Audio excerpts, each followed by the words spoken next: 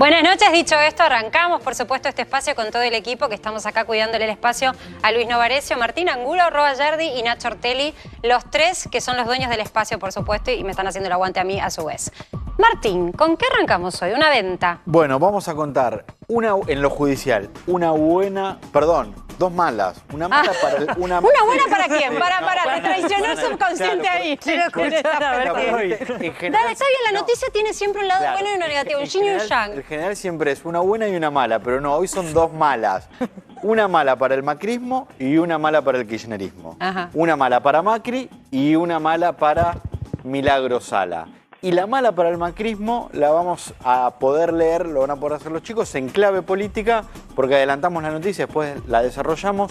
Hoy el Gobierno Nacional, a través de una de sus dependencias, que es la Oficina Anticorrupción, denunció directamente al expresidente Mauricio Macri por presunto enriquecimiento ilícito en algo medio enrevesado que tiene que ver con su declaración jurada. ¿Y te acordás lo que fue el fideicomiso ciego que hizo cuando Macri llegó a la presidencia de la Nación? Bueno, tiene que ver con eso, después lo vamos a contar. Bárbaro, Ro. Vamos a hablar del intendente que se contagió de coronavirus del interior del país, de Lincoln, que decidió su familia trasladarlo del hospital municipal a una clínica privada de otro distrito, pero no fue solamente esta la polémica, sino que se llevó el respirador del hospital municipal a la clínica privada que no contaba con este insumo. Ustedes están escuchando porque ya supera la realidad, ¿entendés? O sea, no ponga ninguna serie, porque Ro te está contando algo que supera totalmente cualquier serie que puedas ver. La familia lo quiso trasladar. El tipo para se trasladó. Claro. Se va más allá de su municipio, es decir, no está dando el ejemplo, pero deja el hospital, se lleva el mobiliario. Deja el hospital municipal, ni provincial, ni nacional. Deja el hospital municipal de su distrito para irse a una clínica privada, pero obviamente dice, en la clínica privada no hay respirador, me llevo este, que es el mío. Señor, que estamos viendo. ¿No? Ahí está el intendente de Lincoln, ¿Y qué Salvador pensó? ¿Que Serenal. no se iba a saber? Me da mucha inquietud saber si son, digamos, están tan más allá de toda vara moral que piensan que no se va a saber o no les importa que se sepa. Hay una justificación en realidad que dicen, bueno, esto pasa habitualmente entre pueblo y pueblo, que si no hay algo en un pueblo se lleva al otro. En realidad lo usó 24 horas y hoy ya se le restableció el respirador al hospital municipal. Bueno, en realidad hay denuncias y se va a investigar si es uso de un bien público para uso personal, ¿no? Lo desarrollamos en un rato igual. Nacho, supérame esto, a ver cómo haces. No, imposible, Marce. No sé.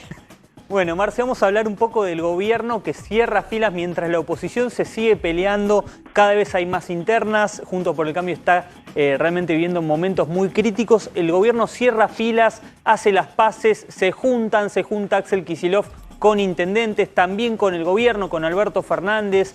Trazó una línea muy clara la vicepresidenta y también Alberto Fernández, así que vamos a estar desmenuzando. Dale, lo vemos en un ratito.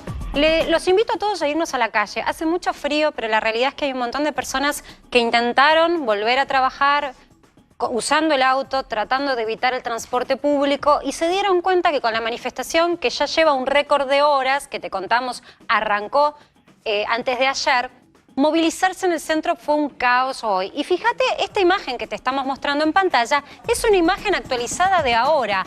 Ahora está así Constitución. Ya pasamos el horario pico, pero está tan difícil el regreso a casa que hace que estemos ahí y queremos ampliarte un poco en qué quedó esta manifestación. Una vez más, Cristian Balbo está allí, que yo creo que más o menos se quedó a dormir, porque esta manifestación, tantos días, claro, hace 3 días, pobre Cristian, que está ahí.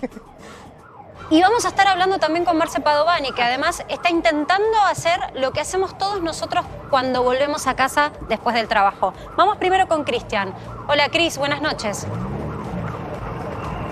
Buenas noches, Marcela, vos lo decías recién. Son 66 horas de corte aquí en la avenida 9 de Julio y San Juan. Te cuento que hay información de último momento porque una comisión de choferes y representantes de las empresas de transporte turístico se han dirigido ahora a la Casa de Gobierno, la Casa Rosada, porque serían una vez más recibidos para la entrega de un acta, pero desconfían porque ya en la mañana de hoy, a las 11 de la mañana, mientras tanto te muestro, fíjate vos, el caos vehicular que está ocasionando este corte de al menos unos 40 micros doble piso, si están llegando, tengo entendido más claro, en la eso es provincia de Mendoza. 9 y de San julio y Juan. Avenida San Juan. Recordemos que este es, digamos, desemboca esta arteria tan importante de la 9 de julio en lo que es la subida, el acceso oeste, la 25 de mayo, también quien quiere ir y agarrar el camino hacia Avellaneda. Un montón de personas que van hacia esos lados, van y vuelven, se encontraron con esta situación caótica. Cris, ahora vuelvo con vos, pero quiero ir con Marce Padovani porque está haciendo la cobertura a la inversa, Marce. Marce se subió a un auto, está intentando atravesar hace un buen rato, él te lo va a contar, la 9 de julio. Hola Marce, buenas noches. ¿Cómo te va, Marce? Buenas noches. Bueno, estamos en el número ya, prácticamente cuesta llegar. Si venís de Libertador para este lado, tenés que tener un poco más de paciencia. Y acá es el tapón. No, si paciencia a los argentinos nos sobra. El punto es cuánto tarda. A ver, yo lo que digo es, como no va a levantarse esta manifestación, más allá de que hay una promesa oficial de un esbozo de ayuda, están tan descreídos de la política que los manifestantes que son, recordemos, ¿no?, aquellos empresarios, pymes sobre todo del transporte privado de larga distancia, decidieron igual dejar sus unidades. Y es más, te digo una cosa, durante la tarde hubo un refuerzo, llegaron cada vez más unidades del interior. Son esos microgigantes que cuando se ponen apostados en los laterales de la calle hacen muy dificultoso el normal tránsito. No sé cuántas manos quedaron abiertas, hoy a la tarde había solamente una mano abierta, pero yo lo que quiero recordar con vos, Marce, es para alguien que tiene mañana que agarrar el auto, que tiene que volver ahora, ¿cuánto tardás en atravesar la 9 de julio de punta a punta? Y ponele, de punta a punta. Y si habitualmente, ¿cuánto tardás? ¿15 minutos? Y si el tránsito fluye, bueno, y sí, porque tenés la onda verde. En teoría deberías, 17 minutos. Acá agregarle unos 10 minutos. Acá es donde se traba, Marce. Acá en este punto, ahora paramos. No sé qué, a ver, sí, acá tenés la imagen, mirá. Estamos parados sobre la 9 de julio, 9 de julio y San Juan, estamos por llegar. Lo que ven ustedes al costadito, las luces que ven al costado, son autos que están subiendo a la 25 de mayo. Ahí podés subir, ahí no pasa nada. El tema es acá, como decís vos, cuando querés pasar para la autopista 9 de Julio Sur, cuando querés ir para Avellaneda, por ejemplo, ¿no? Porque es la primera estación, digamos, pasando el puente Porredón. Después, Avellaneda, Lanús o toda la zona sur, si tenés que ir por acá por el puente Porredón, bueno, acá sumale unos 10 minutos a esta hora. Esto, más temprano, es un poco más. Claro. 20 minutos. Ahora son recordemos que más. Ya pasó el horario pico, pero aún así está como si lo fuera. Esto sería lo normal en el regreso que se emprende alrededor de las 6 y 7 de la tarde, pero este cuello de botella en este momento, en este lugar, no es normal. Hay un tapón acá, hay como un tapón. Acá se complica. Mirá, ¿A cuántas cuadras estás de Avenida San Juan? Estamos a 50 metros. Acá nomás está Avenida San Juan. Estamos sobre 9 de julio por llegar a San Juan. Lo que ven allá arriba, yo digo lo que ven porque lo estoy viendo yo, no sé si se ve al aire. Sí, pero se ve la autopista arriba, el brazo, uno de los brazos. Sí, se ve, Marce, se ve. Bueno, ahí exactamente de abajo está la Avenida San Juan. Estamos a unos 50, 70 metros como máximo. Y aquí te digo una cosa, Marce. Sí. Creo que si vas caminando llegás más rápido a la esquina. Sí, exactamente, claro. Pero me río por no llorar. ¿Qué querés que te diga? El automovilista tiene que pasar con el auto, no le queda otra chance. Claro. Bueno, una situación de caos de tránsito absolutamente congestionada la 9 de julio y también las transversales. Lo que quiero decirte es que si tenés que agarrar el auto y salir, pensalo 2 veces. Pero por otro lado también decirte que el discurso del gobierno oficial y que apoyamos es que aquel que puede evitar el transporte público también lo evite. Vos fijate el doble mensaje que tenemos. Acá el auto, si podés, gastá de más si podés en tu propio transporte porque así resguardás tu salud, ya que el transporte público se ha demostrado es uno de los epicentros críticos de contagio. ¿Podés escuchar? ¿Escuchar los bocinazos? ¿Cómo, Mar? ¿Escuchás los bocinazos? Y claro, la gente se está quejando. Es obvio. Se pone impaciente la gente, sí. El gran punto, ¿sabés cuál es, Marce? Que recién lo comentaban los empresarios del sector, no piensan irse. No le creen al gobierno porque hace un mes esta misma protesta, y creo que vos también la estuviste haciendo la cobertura hace un mes, esta misma protesta terminó en una promesa de una reunión, de una solución que efectivamente no se concretó. Entonces, los empresarios, ¿qué dicen ahora? Tuvieron buena voluntad, nos recibieron, es cierto, nos van a traer una propuesta, una solución, pero no les creemos hasta que no la veamos concretamente plasmada en un papel. quieren una seguridad. En la medida que no sientan esa seguridad de una solución que ataque a la problemática que ellos tienen, que es básicamente que hace 1 año y medio no trabajan, hasta que no vean eso y lo crean, no van a desplazar los micros que estás viendo en pantalla.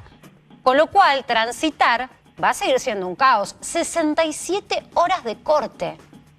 Esto es Argentina hoy. Le estamos pidiendo a la gente que haga el enorme esfuerzo que significa sacar el auto. Es un costo enorme hoy, en el peso económico de un trabajador. Que saque el auto para que se cuide, para que se preserve su salud, para que no recargue el transporte público. Y le respondemos de esta forma. No podemos solucionar una problemática de una protesta. Que además hay que recordar que esta protesta tiene como epicentro la ausencia del Estado. Porque vos no podés dejar a merced de la suerte que una persona no pueda trabajar 1 año y medio y no tenga los recursos para poder salir adelante. Entonces, mis compañeros te están mostrando ahí en pantalla los 2 reclamos. Una vez más, pobres contra pobres. El que vuelve de trabajar, porque nadie está volviendo de shopping a esta hora, un día de semana, ni de pasear. Y del otro lado, la imagen de aquel que quiere trabajar y no lo dejan y cree que no, el Estado está ausente y no lo ayudó, que son los transportistas. Y el caos que se produce al respecto. Nacho, ¿hay alguna respuesta por parte de la Casa Rosada sobre esta situación que el corte no se levanta? Bueno, Marce, ayer te lo adelantaba el Chino Navarro en la entrevista que los iban a recibir. La verdad es que todavía no hay una definición y eso es lo que más incertidumbre y más alarma genera, como vos bien decías, al sector de los transportes que dicen no queremos dejar este lugar porque si no tenemos una solución tenemos que volver y ya están cansados obviamente de promesas incumplidas. Ya llevan más de un mes desde que asumió Alexis Herrera sin respuesta. Sí, incluso el Ministerio de Transporte dice, bueno, no, es algo que está hablando ahora con el Ministerio de Turismo. El Ministerio de Turismo le prometió subsidios, lo tienen que hablar. Ayer recordemos que ellos querían que los convocaran al Ministerio de Transporte, sí. Apenas le recibieron el petitorio. Se pelean entre ellos a ver a quién corresponde hoy jefatura. Es como del que el gabinete. problema quema. Sí. Y la imagen mental que se me ocurre es que se van tirando, viste, la bola de fuego porque nadie quiere agarrarla a ver si se queman las manos. Claro. Pero la realidad, esto tiene una situación, una pata clara en el Ministerio de Transporte. ¿Alguien tiene alguna duda que el reclamo por el cambio de la ley, que es lo que están pidiendo para que puedan utilizar las unidades más allá de los 2 años, porque estuvieron parados 1 año y medio? Claro. ¿Alguien piensa que no tiene que ver con transporte? Por supuesto que tienen. Más allá de que el Chino Navarro los recibió hoy. Sí, ayer lo prometió, ¿te acordás, sí. Nacho? Pero lo hizo. Hay una respuesta que tiene que ver con otros interlocutores. Por lo pronto, lo que tenés que saber vos, si vas a trasladarte, es que este caos sigue y persiste. Bueno, damos vuelta a la página, si les parece. Total, creo que en unas horas va a seguir igual, así que vamos a poder volver con los compañeros. Creo que mañana seguimos con la cobertura esta. Si mañana siguen así es porque no tienen respuesta todavía. Vamos a hablar un poquito de salud, chicos. Les propongo está Carlos Regazzoni. Hola, Carlos, ¿cómo estás? Gracias por acercarte. Vos pudiste, no sé si venías manejando. No, llegaste bien, llegaste puntual, menos mal. Bueno, decíamos que la verdad es que la política sanitaria de Argentina también tiene como distintas miradas y opiniones. Hace un tiempo hablábamos y vos dabas cuenta de tu mirada sobre lo que había que hacer y demás. Hoy pareciera ser que las vacunas empiezan a llegar a paso cada vez más acelerado y que la vacunación avanza. ¿Cuál es tu mirada hoy sobre cómo estás llevando adelante la política de gobierno, no la gestión del COVID? Están llegando más vacunas y eso es muy positivo. Y es verdad que, hay una perspectiva de vacunar muchísima gente de acá a final de año. Ahora, hay 2 cosas que tenemos que tener en cuenta. La primera es que es muy difícil, por lo menos la tendencia lo muestra así, que para final de año logremos la totalidad de las vacunaciones que podrían, hacer que tiremos los barbijos, para tomar un ejemplo. Sí, esas imágenes que vimos, yo te quiero preguntar, ¿no es un poco polémico? Vimos imágenes de niños, creo que era en Israel, tirando el barbijo para arriba. Lo vimos también emplazado en Nueva York, celebrando que se volvió a la utilización y en Uganda falta del aire el oxígeno. Pero te contagias igual. Claro, y en Uganda falta el oxígeno. Es decir, en este momento estamos viendo una situación mundial que es insostenible. Es decir, la pandemia empieza a ser rampante en África. En América Latina estamos bastante lejos de resolverla. Y es verdad que los países, todos los pueblos tienen derecho a festejar. Pero lo que no ha habido es hasta el momento, ninguna iniciativa solidaria efectiva, excepto un COVAX que hoy está subfinanciado, para resolver un problema que si no se lo resuelve en todo el mundo, no va a estar resuelto en ninguna parte del mundo. Porque un país que hoy en día tira los barbijos tiene que tener sus fronteras cerradas. o estrictamente controladas para evitar que se introduzca un nuevo virus. Entonces, volviendo a nuestro país, es muy bueno lo que está pasando con las vacunas, pero ojo porque la estrategia de vacunar solo, que es lo que hoy en día ocurre, es una estrategia que nos va a traer muchísimo sufrimiento desde lo sanitario. Ningún país pudo vencer la pandemia como estamos queriendo hacerlo nosotros. Para darnos una idea, con suerte a final de año vamos a tener los niveles de vacunación que ahora tiene Uruguay o que ahora tiene Chile. Te invito a que veas los números en Uruguay y Chile para imaginarte lo que podría ocurrir hacia final de año en la Argentina, con todo el daño social, económico, porque al final las imágenes que vos mostrabas recién, en definitiva es una sociedad que no encuentra su camino. Entonces yo lo que creo es que necesitamos urgente un plan, ese plan hoy no está. ¿Qué tipo integral. de plan? ¿Qué tipo de plan? Bueno, justamente vos tenés que bajar los niveles de circulación viral, si no la vacuna es muy poco eficaz. ¿Cómo se logra eso? No hay muchas herramientas, pero de todas las herramientas posibles, o sea, no te voy a hablar de las cuarentenas, porque ya son, o sea, no nos van a dejar seguir el programa, pero la única alternativa que hay son los testeos masivos, los barbijos de alto filtrado y los cordones sanitarios interiores. No se conoce otra. Lo que no podemos seguir es como estamos hasta ahora. Porque si no nos estamos mintiendo a nosotros mismos, ¿entiendes? Estamos creyendo que ahora, como pasó esta última ola, la segunda ola, bajó un poco, es verdad. En un ratito le voy pidiendo a los productores que mostremos un poco cómo es hoy el pantallazo de los números. Entonces vamos a empezar a creer que porque en Israel pudieron tirar los barbijos o en Francia están con fuegos artificiales, nosotros podemos hacer lo mismo. Y la realidad es que los números están demostrando que no es así. Mira, Carlos, decime qué ves cuando ves estos números.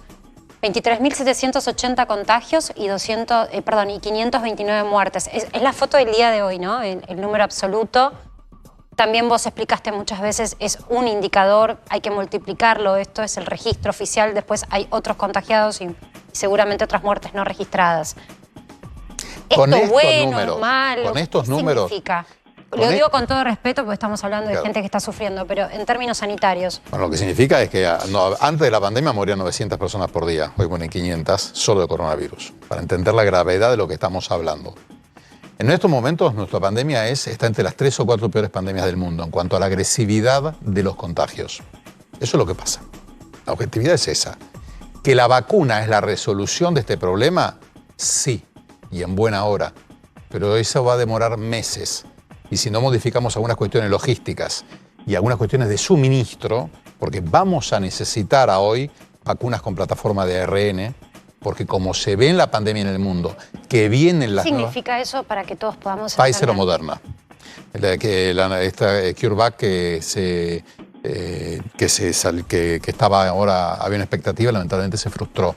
Sí. Pero va a hacer falta una vacuna con otra plataforma. Los países lo que están haciendo es empezando a mezclar las vacunas, a combinarlas, porque vos tenés que, de alguna manera, voy a decirlo gráficamente, vos tenés son 4 casilleros. Uno no lo podés evitar, que es la movilización de la gente esencial. Médicos, los maestros, el personal policial. Esto es lo esencial. Ahora, después de los otros 3, los tenés que anular. Vos los podés anular o vacunando, sería vacunar a 2/3 con dosis completa, con 2 dosis al 70% de la población argentina, o si no, combinando vacuna con barbijo, con restricciones, con testeos. Pero lo que no puedes hacer es dejarlo liberado Hoy en día está liberado esto, ¿entiendes? Hoy bajamos uno de los dedos, pero nos quedan los otros 2. Eso es demasiada ventana de oportunidad para el virus. Fijemos lo que está pasando en Inglaterra ahora. O sea, avancemos en vacunación. O sea, vacunas la tengo. Barbijo... Vacunas hay que empezar ya a dar la segunda dosis. Porque la estrategia de una dosis funciona si vos vas hasta fondo, es decir, hasta los 16 años, con mucha velocidad. Para eso tenés que orientarla a los lugares donde hay alta circulación. O sea, hay lugares donde hoy en día están vacunando con gente de 30 años. Y hay otros lugares donde no se ha terminado de vacunar la gente pensado? Y por supuesto, porque es un único país. Una persona de 30 años tiene 1000 veces menos riesgo que una persona de 55. Hoy contábamos más temprano y ya les... Pero 1000 veces, pasar es literal. En Salta... estábamos hoy trabajando más temprano en un vacunatorio en donde la persona responsable nos decía, ¿y si estamos vacunando chicos de 25 años y lo veíamos en cámara? Porque los de 40 y 50 los llamamos pero no vinieron. Puede ser también que haya una posibilidad, puede ser que haya gente que tiene miedo y todavía tenga resquemor con la vacuna. Sí, las razones por las cuales nosotros... Lo cierto es que las tienen en Salta. Claro, justamente. Pero las razones por las cuales es muy difícil pensar que para final de año vamos a haber logrado la bendita inmunidad de rebaño, es que en Estados Unidos calculan que no van a tener inmunidad de rebaño hasta marzo del año que viene. Ellos que vacunan en 4 horas lo que nosotros vacunamos en una semana. Entonces, entendamos lo que está la situación, porque si no, es nuevamente, yo veía el tema de que no se suspendan las pruebas a aprender, que no se hagan los testeos, es como que no queremos ver la situación. La negación. Y lo único que necesita, es claro. Es un mecanismo del ser humano también, la negación. Por supuesto, y yo sé que la realidad es fea, y a veces uno dice, pero doctor, te hago optimista. Lo optimista es que hay herramientas. Ahora, la herramienta de las herramientas es organizarnos. Y para organizarnos hace falta que el organizador diga, muchachos, se va a ir por acá, que el plan sea claro, y para eso vamos a tener que recuperar la confianza. Porque ¿sabes qué ocurre? Si nosotros dejamos que la inercia nos lleve, la confiabilidad, la confianza va a ser cada vez peor, va a aumentar incluso la duda con la vacuna, o sea, entramos en una situación de degradación, ¿comprendes? Porque los problemas hoy en día de la gente son muchísimos. No solo el problema del coronavirus, que causa víctimas a niveles insólitos. O sea, yo ya conocí 2 familias donde murieron 3 de 4 integrantes de la familia de coronavirus. Entonces, no solo esas situaciones, pero también tenés, hace 1 año y medio que los chicos no van a la escuela. El ministro de Educación dijo 1,5 millones de chicos se podrían llegar a sumar a la deserción definitiva. Multiplícalo por 2. Te cuento por qué. ¿Entiendes? Y esos son... Vamos a estar hablando en un ratito con Nicolás Trota para saber un poco cuál es su mirada y por qué toman determinadas decisiones. Pero yo pienso, por supuesto, en los chicos y pienso en cómo recuperar eso, pero también pienso en la economía. Imagínate, por mi formación también, lo primero que pienso es cómo recuperás esto si tampoco tenés certidumbre de que no vas a tener que cerrar en 6 meses. Desde Hipócrates, mira, en la República, Platón, cuando habla de la salud, dice esto que yo te voy a contar. Las enfermedades siempre son realidades sociales. Y vos, un patógeno, un virus en este caso, tiene 3 consecuencias. Uno es la patología, la neumonía bilateral por COVID. El segundo es el daño económico, que no lo hace solo por la cuarentena, aunque la cuarentena es el factor más importante. También porque la gente no va a trabajar porque está enferma. Nosotros tenemos 87.000 muertos, el doble de personas sobrevivieron a la terapia. Eso significa 4 o 5 meses de rehabilitación, que no lo estamos contando. Y el tercero, el conflicto social. Este tipo de circunstancias críticas nos enojan. Y nos enojan, lo notamos todos nosotros. Sí, el humor, entonces, el humor social. Y vos imagínate, vos te vas de un médico, no vas a dejarte atender por un médico que solamente te está mirando la radiografía de tórax, la tomografía, tus gases en sangre y te oculta y ni te habla. Vos tenés una situación, o que no está pendiente de qué está pasando con tu familia. Bueno, ahora nuestro paciente se llama la Argentina y tenemos que verlo con esa integralidad. La integralidad es lo estrictamente sanitario, hay que cortar con esta transmisión viral, urgente, lo económico, porque si no pasa a ser un daño tan importante como el otro, peor, y el conflicto. Tenemos que desenojarnos inmediatamente. Ayer yo hice un tuit sobre un tema de las vacunas. Pues es que lo borré cuando vi el enojo que se producía por algo. Las redes sociales están en llamas, ¿eh? Hay un nivel de intolerancia al pensamiento distinto que creo que está llegando a niveles los más tóxicos que he visto en la historia. Ahora, yo tengo una pregunta. En este momento, la información científica estricta, ¿qué organismo científico en Argentina la está brindando a la población? Organismo científico independiente. Nadie. Así colegiadamente. CONICET no tiene un organismo o una están fuerza. Sus investigadores haciendo lo posible. Pero son individuales. Sí, yo a veces cuando me invitan y lo valoramos un montón también. Por supuesto que es valorable, pero yo a veces cuando me invitan a hablar y digo que da una información científica, la realidad es que no es el rol que uno tiene. El rol ese lo tienen que ocupar las universidades. Ya hay que convocarlas para que las universidades, ahora ya ampliando el espectro, porque lo económico no es menor, o sea, esta ola se va a retirar y la playa no va a quedar como era antes, ¿no? O sea, la playa queda como en el año 1945, si no me equivoco, o 43, cuando se retire esto de lo social y lo económico. Porque 70% de los chicos bajo la línea de pobreza, la Argentina no lo vivió desde hace 90 años. Y sí, igual el camino ese de miseria se fue construyendo con muchos gobiernos también, Carlos. Rosario. Sí, le quería preguntar por la novedad de esta, si es una buena noticia de que la vacuna Sputnik, en realidad el Instituto Gamaleya, anunció que es muy eficaz ante esta variante que está sacudiendo a Gran Bretaña y que estamos preocupados nosotros, que es la Delta, en caso de que llegue a la Argentina. muy eficaz, es una buena noticia. Es eficaz como todas. Mira, no hay una. Lo que no es eficaz es una sola dosis. Claro, hay que aplicar 2. Hay que aplicar 2. Y con la vacuna de Sputnik vamos a tener un serio problema con la segunda dosis. Por lo menos es lo que dice el propio Instituto Gamaleya y lo que los científicos decían hace 1 año y medio. Cuando los científicos, la gente que estudia esto todos los días, veía la composición, la estrategia desde el punto de vista inmunológico era muy inteligente, pero todos le decían, ¿cómo vas a hacer para fabricar el segundo componente en la magnitud que se va a necesitar? Estamos viendo las consecuencias de ello. Entonces, ¿qué te diría? Ni nos hagamos problema todavía por la variante Delta, porque con las que están circulando hay de virus de sobra para hacer daño en la Argentina. O sea, no creamos que superamos la etapa anterior. Claro. Ahora los contagios bajaron, porque siempre pasa igual en todo el mundo. Cuando hay un pico, hay una retracción natural de las personas, se tomaron medidas en su momento y eso generó un relajamiento de los contactos. Pero nuevamente volvemos al punto. Nosotros no podemos llevar esta pandemia, ¿cuántos meses más podemos llevarla de confinamiento en relajación, confinamiento en relajación? Bueno, el planteo del gobierno es que necesitaba de esas políticas de restricción, libertad, hasta tanto llegar con el calendario o el cronograma pensado de vacunación. Esperemos, la idea es llegar a septiembre con claro, pero es gran parte de la población vacunada. No sé si con las 2 dosis. Igual, bueno, este es el punto. Gran parte de la población vacunada es... el virus vos tenés que llegar a tener, en la Argentina tenemos que aplicar 70 millones de dosis. Hagan la cuenta que hagan. No quiero aburrir, pero es una cuenta que se hace que es 1 sobre R dividido la eficacia de la vacuna. Con esa cuenta, que hacen todos los epidemiólogos más importantes del mundo, vos llegás a la conclusión que la Argentina tiene que aplicar 72 millones de dosis. En el mejor escenario. Si es con la variante Delta, la cosa incluso es peor. Para aplicar 72 millones de dosis, hagamos la cuenta de cuántos meses hacen falta, cuántas semanas hacen falta. Y todo lo que esté por debajo de eso, y hoy Gran Bretaña es la demostración más patente, y varios estados de Estados Unidos están empezando a hacerlo, bueno, no comprendes, nos faltan 40 semanas. 40 semanas es 9 meses. Sí. No, faltan vacunas, porque cuando llegan las vacunas se puede y se están batiendo récords de aplicación. Faltan las vacunas. Te hago tienes razón, pero te hago el mejor escenario. 2 millones de vacunas por semana es mi cuenta. 2 millones de vacunas por semana en Argentina es lo que mejor ha hecho.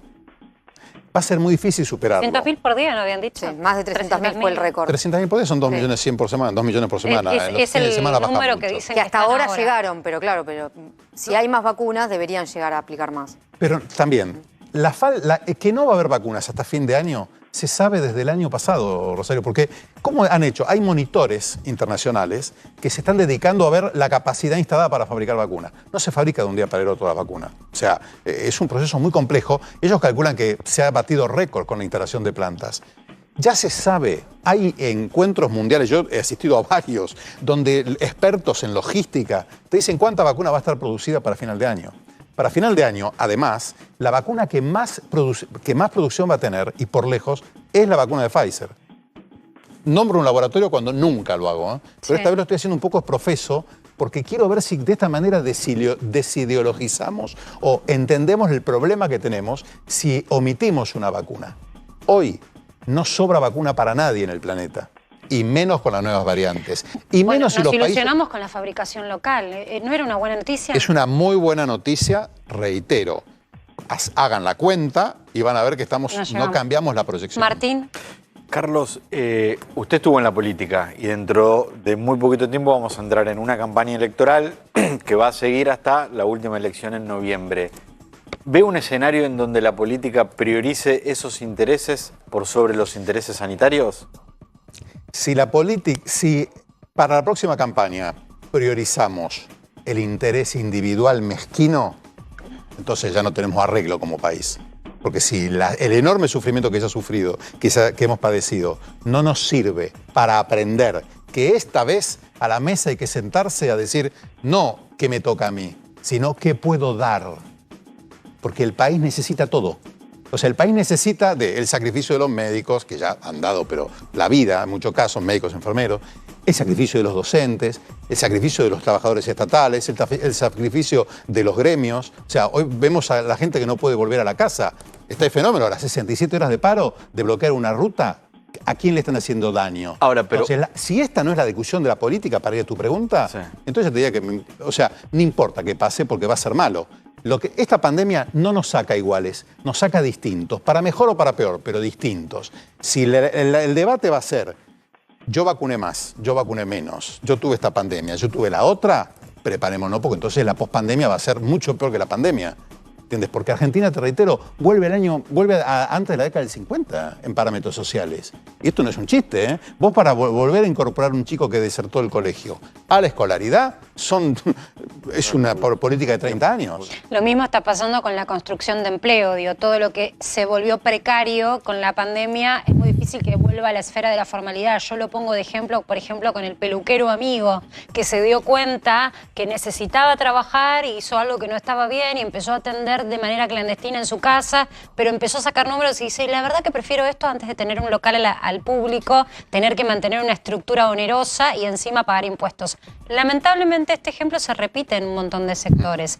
Esa construcción es la que es difícil recuperar. ¿Nacho? Sí, Marce, yo lo quiero volver a Carlos al tema de la vacunación, porque me sorprendió mucho, me llamó mucho la atención de boca de una especialista como Marta Cohen, que es indubitable, no se la puede cuestionar por estar en contra o a favor del gobierno, que planteó un debate que me parece que va a marcar lo que viene, que es el tema de las 2 dosis. Vos lo hacías mención, Carlos, pero ella hablaba de que el virus cambió y que las vacunas que se están aplicando fueron hechas el año pasado con otro contexto. En este momento, ¿qué se sabe de cuál es el efecto de las que están dando vueltas, de las vacunas que están dando vueltas y cómo se puede solucionar?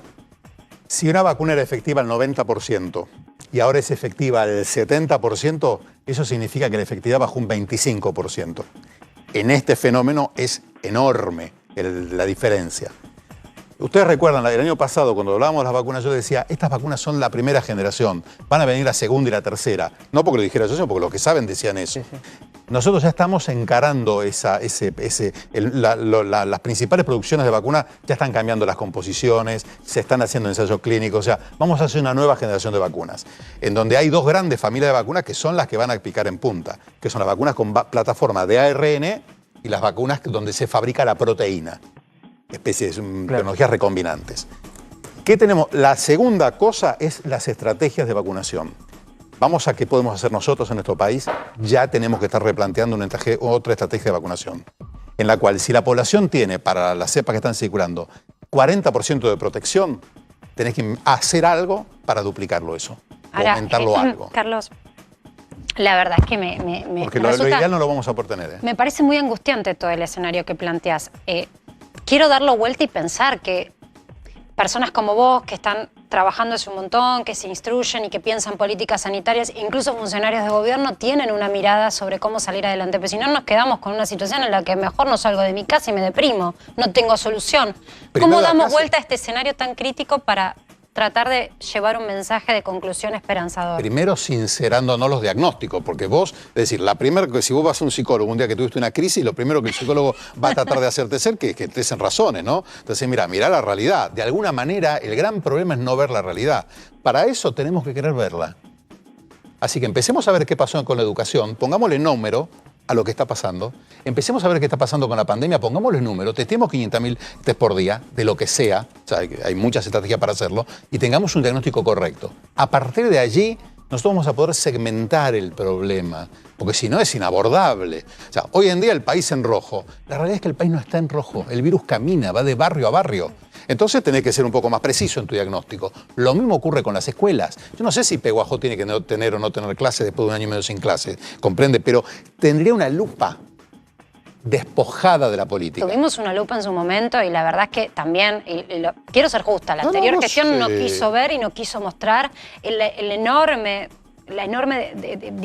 crisis que tenía de estructura, de infraestructura en un montón de lugares. Mirá. Si no venía la pandemia, no nos acordábamos también de la enorme desinversión que había en salud, de cómo trabajan nuestros médicos. Hoy tomamos nota de que hay médicos que tienen pluriempleo y que no duermen en una guardia. No, vos tenés que atender a 2 pacientes para comprar una docena de facturas. Como médico, hoy tenés que ver a 2 pacientes para comprar una docena de facturas. Esa es la realidad del médico. Y ¿sabes qué? Tenés razón. Yo no te lo voy a negar eso. También vas a tener que reconocer que las 40 guardias nuevas en la provincia de Buenos Aires las hizo el gobierno de María Eugenia, y que el examen lo puso el gobierno de María Eugenia, y que las terapias nuevas las hizo el gobierno de María Eugenia. Pero yo no vine a hablarte hoy de esto, No, yo no que estoy te lo hablando digo de para política. equilibrar Lo los que digo es que cantos. falta financiamiento y de pronto uno se encuentra con empresarios del sector Ahora, de salud privado diciendo nos están desfinanciando también con la política de congelamiento de tarifas.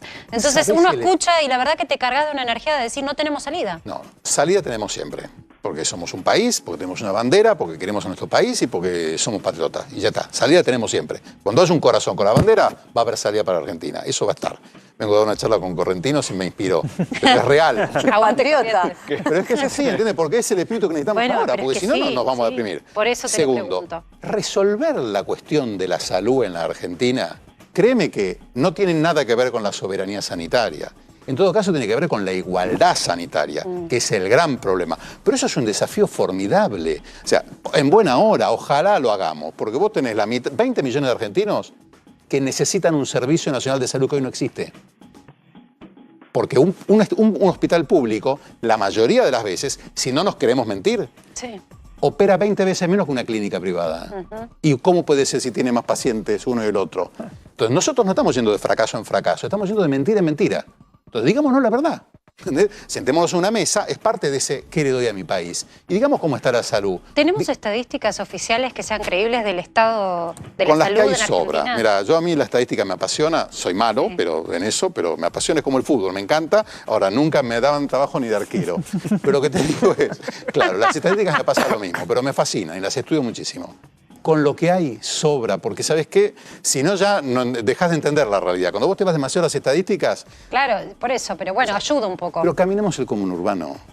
¿A vos te parece que es lógico que una señora de 40 años, te cuento un caso real, con enfermedad pulmonar obstructiva crónica severa, a los 40 años, vive en una casillita de 4 metros cuadrados y tiene que ir a la noche anterior a hacer el film en el hospital y después va al hospital y no la atienden? O sea, ¿crees que te dé las estadísticas de cómo evoluciona el cáncer en nuestro país? Son dramáticas. Incluso, mira, hace poco se hizo un trabajo, se estudió la evolución del cáncer de colon en la persona operada. O sea, más adentro del sistema de salud no puedes estar operando de cáncer de colon. No te voy a decir los resultados, porque son realmente, ahí sí que no para entristecernos. Entonces, ¿qué? Diagnóstico claro. Política generosa. ¿Qué le tengo que dar a mi país? Basta de prerrogativas sectoriales. Si ustedes están todos, yo a veces veo en los noticieros, están todo el día debatiendo prerrogativas sectoriales. Y que fulano quiere esto, que el otro quiere esto. Bueno, así no llegamos a ninguna parte. Porque ¿sabes qué pasa? Nuestro país está así por un problema de solidaridad, claramente, ¿no? O sea, solidaridad en el sentido más arquetípico de la palabra. Las sociedades más pujantes son muy solidarias en su sistema político. O sea, los impuestos van a la gente, tiene servicios públicos, hay orden público, hay moral, el policía hace lo que tiene que hacer, el juez lo que tiene que hacer. Nosotros cada uno hace lo que le conviene. Entonces, esa prerrogativa sectorial le falta al país. Bueno, me parece todo un mensaje, es una definición de coherencia aparte. Gracias, Carlos, por compartir esta reflexión con nosotros. Bueno, me voy a levantar y voy a caminar, esto que le encanta a Gonzalo Prado que haga, nuestro productor. Voy al encuentro de Rosario porque recién hace un ratito hablábamos, de cuando la ficción queda cortita, cuando la comparás con la realidad argentina.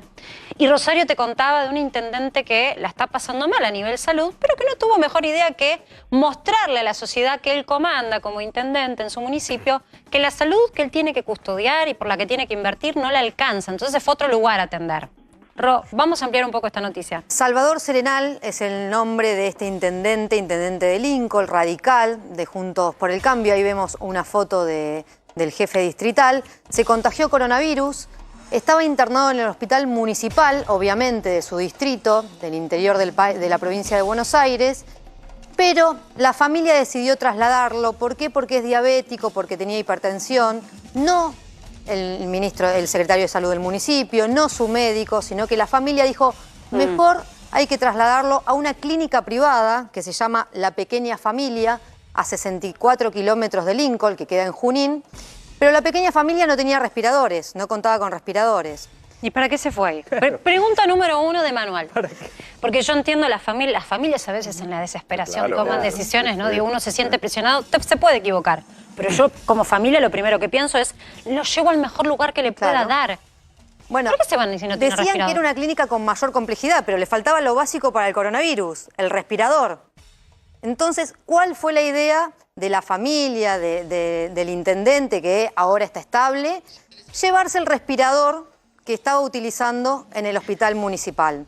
Entonces, se trasladó él, trasladó el respirador, y lo que dijeron después es que, bueno, que lo necesitó 24 horas el respirador. Lincoln, recordemos que además es un distrito que está en fase 2. ¿Qué significa esto? La fase de alarma epidemiológica. Es decir, que tiene un sistema de salud complicado, un distrito en el que no volvieron las clases presenciales justamente por no poder avanzar de fase. Yo pregunto algo. ¿Es legal en una pandemia decir, este es un paciente VIP, necesita el respirador, dale, tráelo? ¿Es legal? Bueno, yo pregunto, Martín, por ahí No, estoy no sé, tocando un tema que no La verdad no conozco. sabría. Por ahí, Cuanto menos, Es no un bien ético, público. no es ético desde ya que no, Nacho. Es un bien público para uso personal y Para por una eso lo van clínica privada. para eso lo van a denunciar, por eso lo van a denunciar mañana en el distrito, va a ser denunciado para que se investigue si tiene que ser castigado por usar un bien público como uso personal. ¿Cómo trascendió esto, Rob? El secretario de Salud en realidad habló y lo que dijo es que esto se hace entre pueblo y pueblo, de no tener un insumo en un lado y usarlo para el otro, pero bueno, esto es el intendente que se llevó el respirador que necesitaba usar del hospital municipal a una clínica privada a 64 kilómetros. Está con nosotros Nicolás Kreplak, viceministro de Salud de la provincia de Buenos Aires, que tiene la gentileza de darnos este espacio, este tiempo. Hola Nicolás, ¿cómo estás? ¿Qué tal? ¿Cómo estás? Buenas noches. Lo primero que quiero preguntarte es ¿qué opinás de esto que está contando Rosario? ¿Qué pasó con el intendente de Lincoln? Bueno, primero espero que se recupere bien el intendente y por otro lado me parece bastante informal, ¿no? Estamos trabajando mucho para construir un sistema de salud bien formal que nos permita tener derivaciones planificadas, organizadas, que no sean llevarlas a un lugar donde no tienen la capacidad de respuesta. Hemos hecho un trabajo muy grande en el sistema de salud de la provincia para poder coordinar las derivaciones y no tener que hacer cosas tan extrañas, ¿no? Tan poco. Pero, Nicolás, no estamos hablando del traslado en sí, pero te lo pregunto incluso como funcionario. ¿Vos te llevarías un respirador de un lugar público a un lugar privado para atender a un familiar? Independientemente de que uno entiende el sentimiento, pero... No, seguramente no. Intentaría que la derivación sea un lugar que ya tiene las condiciones necesarias para la atención y que no haya que generarlas en ese momento. También uno se preguntaría si en caso de que fuera cualquier otro vecino sería lo mismo. Pero la verdad que más allá de eso, creo que lo que tenemos que construir es un sistema de salud que las derivaciones sean racionales, sean lógicas. Lo venimos haciendo, el trabajo lo venimos haciendo. Lo que sucede es que hay veces que se toman decisiones intempestivamente, bueno, quizás no son las mejores decisiones. De todas formas, en este caso en particular, esperemos que se reponga adecuadamente el intendente. Y que después pueda dar respuesta de todo esto que pasó. Nicolás, quiero preguntarte en tu primera evaluación la mirada que tenés de estos días en donde se dio una libertad distinta en las actividades, se ha cambiado de fase. ¿Cómo estás vos observando y analizando los números de contagios y de mortandad?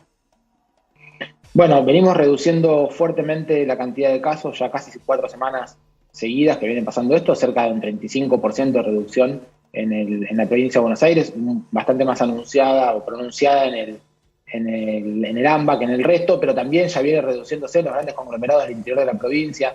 Hay una reducción de cantidad de camas ocupadas de terapia intensiva semana contra semana, en 150 camas menos ocupadas en el AMBA y unas 70 camas menos ocupadas de terapia intensiva en el interior, en la provincia de Buenos Aires. Así que se está viendo un descenso importante.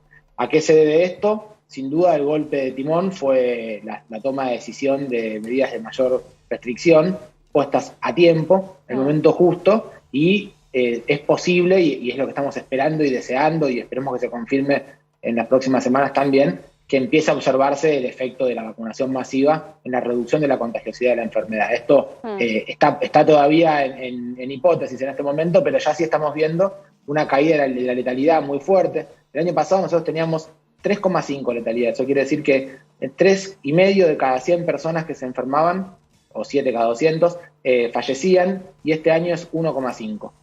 Ha caído mucho la letalidad, y eso tiene que ver con lo que protegen las vacunas, aún teniendo mucho más cantidad de casos. Así que esperemos que esto sea el inicio de una nueva forma de la pandemia. ¿Hay un cálculo, por lo pronto, te pregunto a vos, desde el punto de vista de la provincia de Buenos Aires, de cuándo van a llegar a tener la cantidad de población con 2 dosis otorgadas? ¿Qué fecha, qué calendario en función de lo previsto?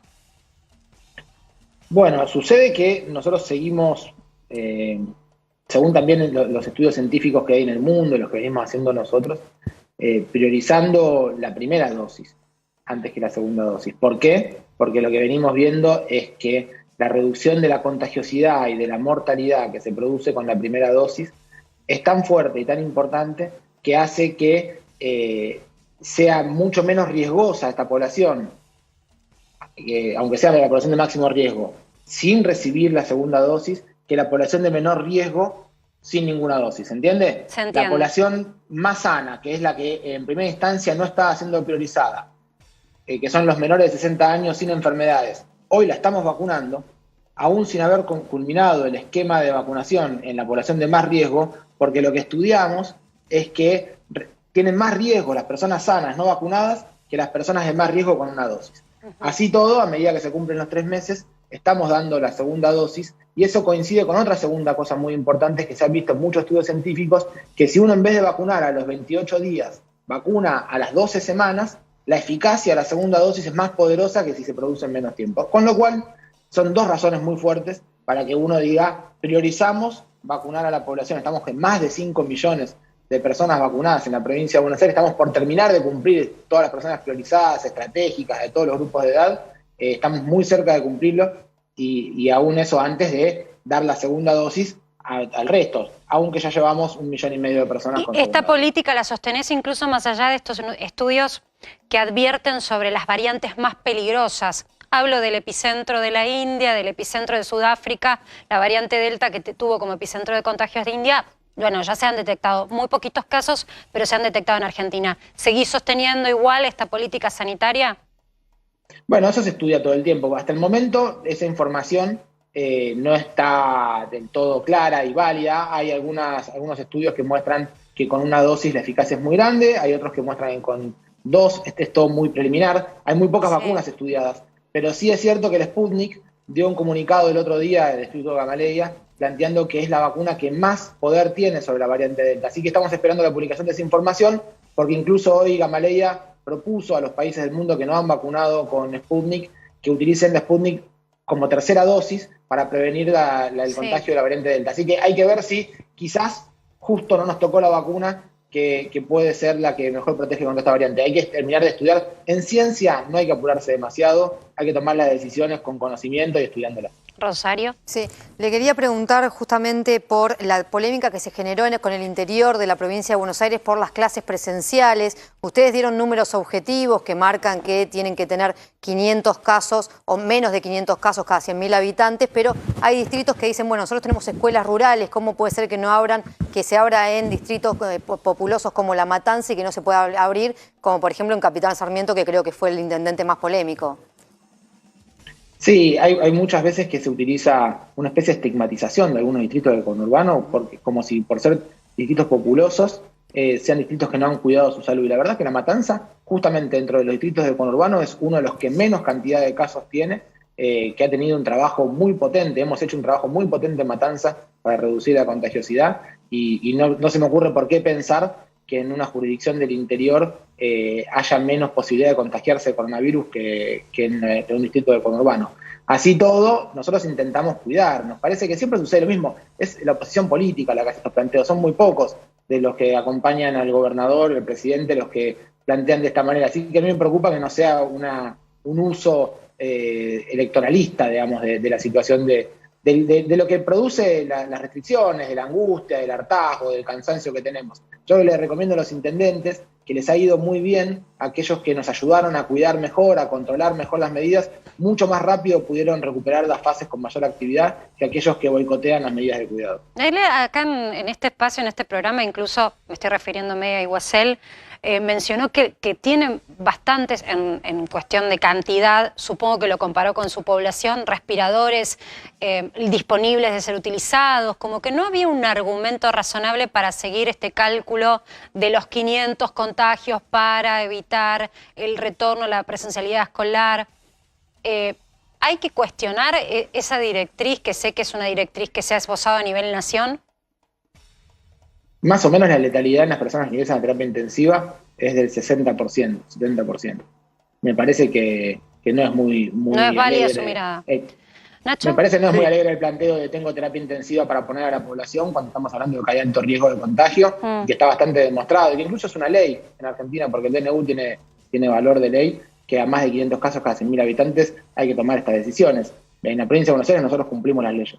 Nicolás, el año pasado marcaste de alguna manera el rumbo en un programa en Animales Sueltos, le dijiste a Luis Novarecio, el 15 de septiembre, cuando estábamos muy lejos todavía del 15 de septiembre. ¿Por qué hago este repaso? Porque recién Carlos Regazzoni acaba de decir que entre 8 y 9 meses podría demandar para volver a la nueva normalidad, teniendo en cuenta lo que demandaría el plan de vacunación. ¿Qué fechas vos te animás a decir que vamos a poder recuperar cierta normalidad sin correr riesgos sanitarios como los que estás planteando? Yo creo que nos encontramos en un momento de transición.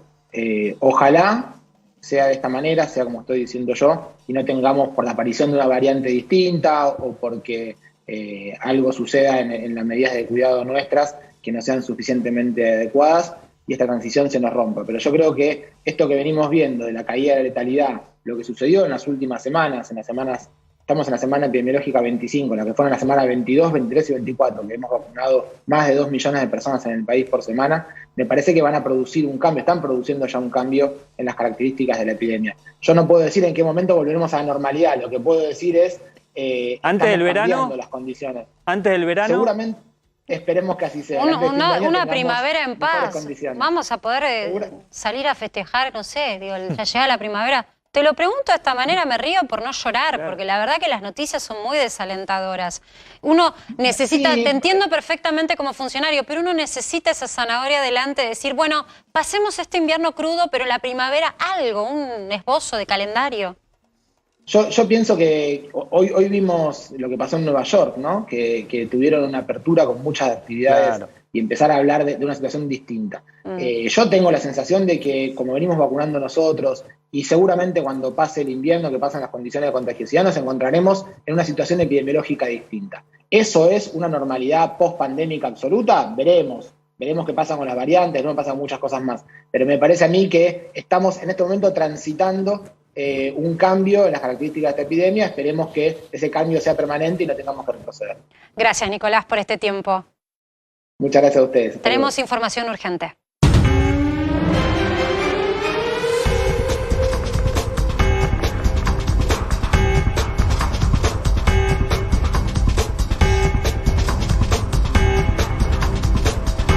Detuvieron al femicida que estaban buscando en Villa Luzuriaga, el caso que venía cubriendo Lili Caruso desde hace unos cuantos días. Finalmente encontraron a este delincuente. Hola Lili, ¿dónde estás? ¿Dónde lo encontraron? Hola Marcela, muy buenas noches. Estamos en la comisaría de Ramos Mejía porque aquí en breve va a ser trasladado Juan Leonardo Doval, el hombre de 41 años, conocido, como bien vos decías, como el femicida de Luzuriaga, de Villa Luzuriaga, porque es el sospechoso y el acusado, te diría a esta hora, por el fiscal Gastón Duplá, de ser el femicida de Gloria Domínguez de Zimmerman. A ver, ¿dónde estaba este hombre? Porque este hombre había desaparecido desde el día lunes. Recordamos el hecho, ocurrió justamente en Villa Luzuriaga, cuando Gloria quería comprar una panchera para agrandar sus kioscos y tener otra actividad. Lo cierto es que ella se encuentra con este hombre, según la denuncia que se hizo, es que con algunos artilugios la lleva a un edificio que estaba abandonado para supuestamente mostrarle esa panchera y vendérsela. Ella estaba con su hijo Brian, de solo 5 años, pero ahí ese camino fue el camino a la muerte. ¿Por qué esto? Porque este hombre la tomó, la llevó a un segundo piso de este lugar abandonado donde funcionaba un centro viejo de rehabilitación para discapacitados, es decir, que conocía bien el lugar.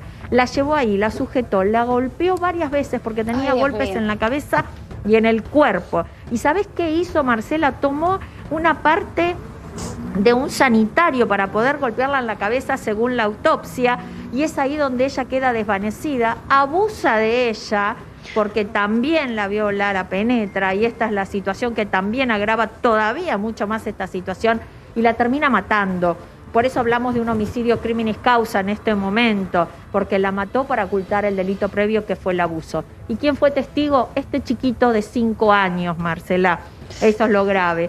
Un chiquito que, por supuesto, en este momento está bajo tratamiento psiquiátrico que le ha puesto, y esto nos acaba de confirmar Walter de las Fuentes de Relaciones Públicas de la Policía Bonaerense, está con tratamiento con especialistas. Pero hasta acá, como te decía, Ramos Mejía, donde vos vas a ver que hay una fuerte custodia, va a llegar este hombre que fue encontrado cerca del Mercado Central, debajo de un puente. Aparentemente, el camino que había hecho era ir a Luzuriaga, volver a Capital, donde alguna vez él conocía porque tenía domicilio aquí, y después se volvió a la zona que conocía, que era La Matanza. Por eso lo encontraron, alguien lo identificó, llamó a un policía conocido y le dijo: me parece que el que está ahí abajo es el hombre que andan buscando, porque tenía una captura nacional y recordemos que internacional. toda esa custodia Tremendo. que vemos atrás y esa enorme cantidad de policías es a resguardo porque... para que no lo linchen, básicamente, porque quienes estuvieron reclamando,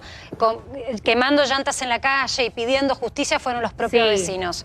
Gracias, Lili, por este reporte. Se actuó muy rápido, eso es lo que hay que ponderar, Marcela, que se actuó rápido y la verdad que el fiscal tuvo una actuación personal, porque fue hasta el lugar, juntó las pruebas, y por eso este hombre seguramente va a tener ahora una prisión perpetua, porque ya tenía 17 años de cárcel, pero con esta calificación te digo que lo que hay que pensar es una prisión perpetua, que es la que merece, lógicamente. Totalmente, gracias, Lili.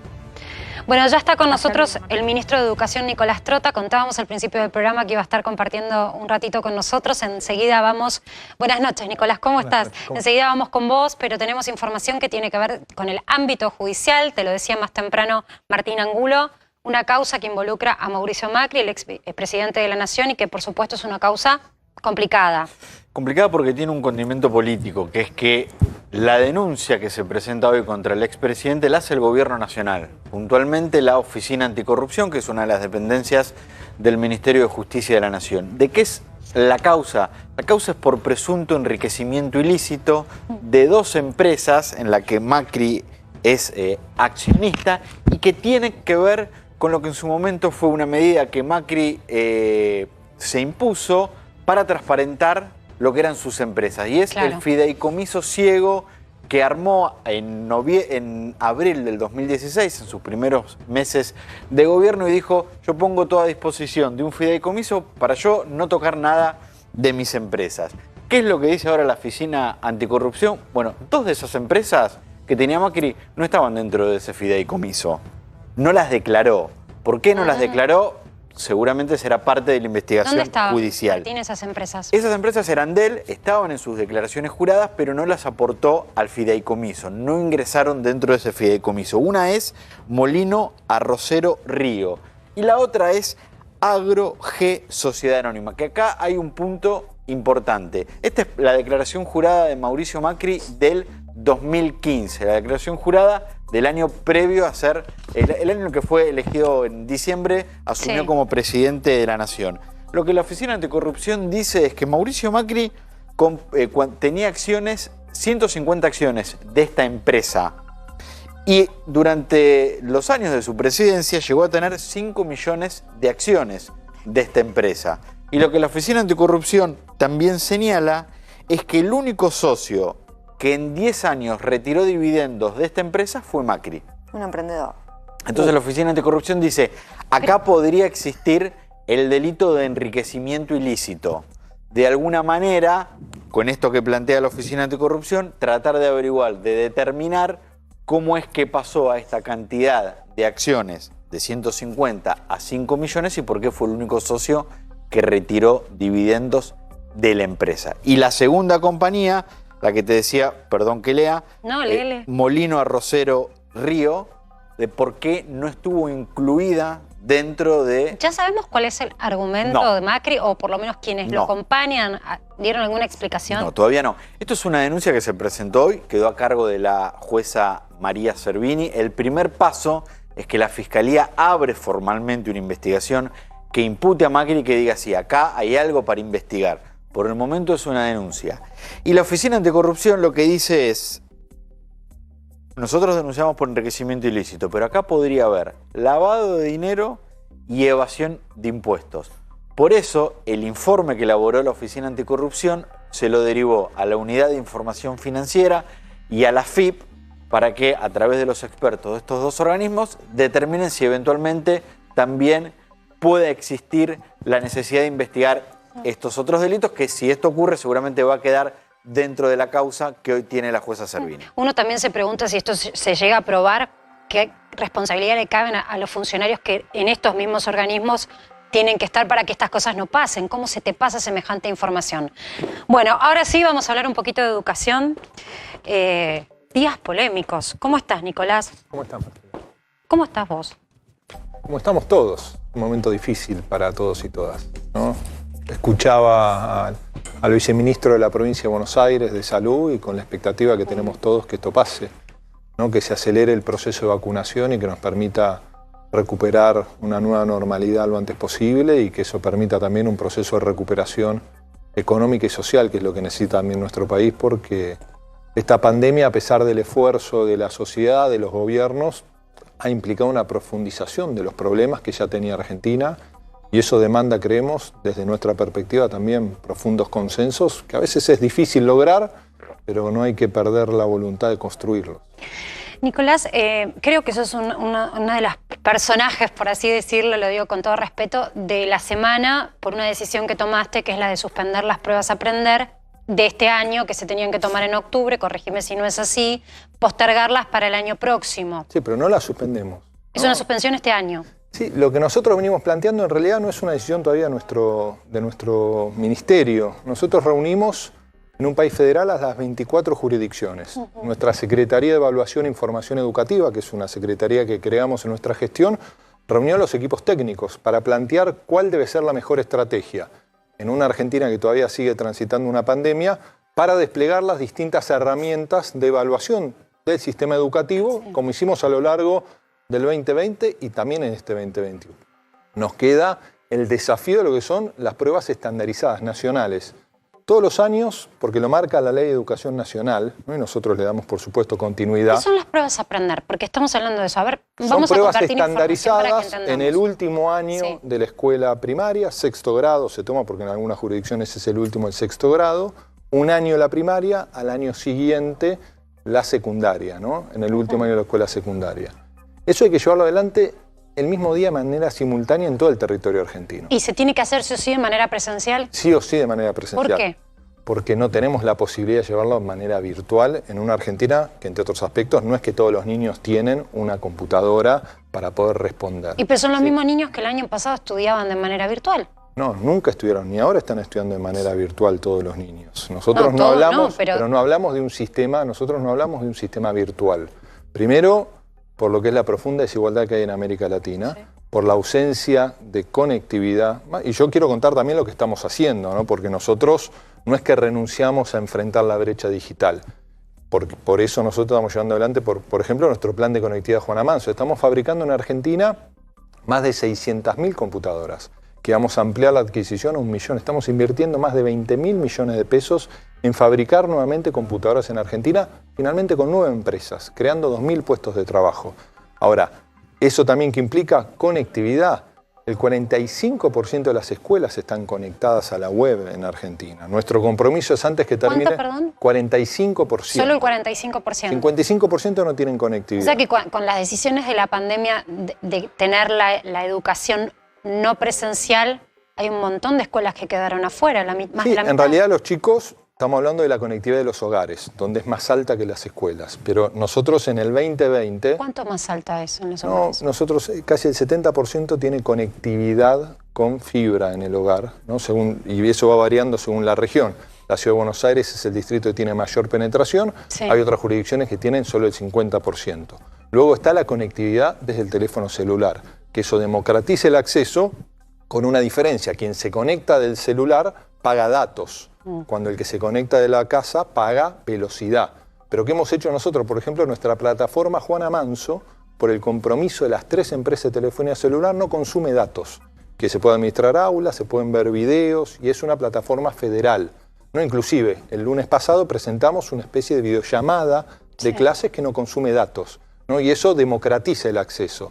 Y vamos sumando prestaciones todos los meses. Más o menos la mirada que tenés es que el 70% de los hogares que tienen chicos en edad escolar pudieron permanecer en conexión y en escolaridad, por lo tanto, en la pandemia, cuando no se pudo hacer presencial el colegio. Nosotros al mismo tiempo desarrollamos una agenda analógica, ¿no? En el 2020, y seguimos haciéndolo. Producimos 3.000 horas de televisión y radio. Distribuimos 54 millones de cuadernos educativos y lo seguimos haciendo con las escuelas, ¿no? Todo eso es un desafío para garantizar la continuidad. Cuando se habla, por ejemplo, de un dato que a nosotros nos preocupa y nos ocupa, que es los niños y niñas que han tenido menor nivel de vinculación con la escuela, que son casi 1 millón de niños. Ese dato lo construyó nuestro ministerio a partir de la Evaluación Nacional de la Continuidad Pedagógica que hicimos el año pasado, porque a partir de la evaluación, lo importante, por supuesto, es el dato, pero es la respuesta que tiene que tener, a partir de evaluar la política pública, el Estado. Y nosotros ahí generamos distintos programas. Uno es el programa Acompañar, que es fortalecer las trayectorias de las políticas educativas.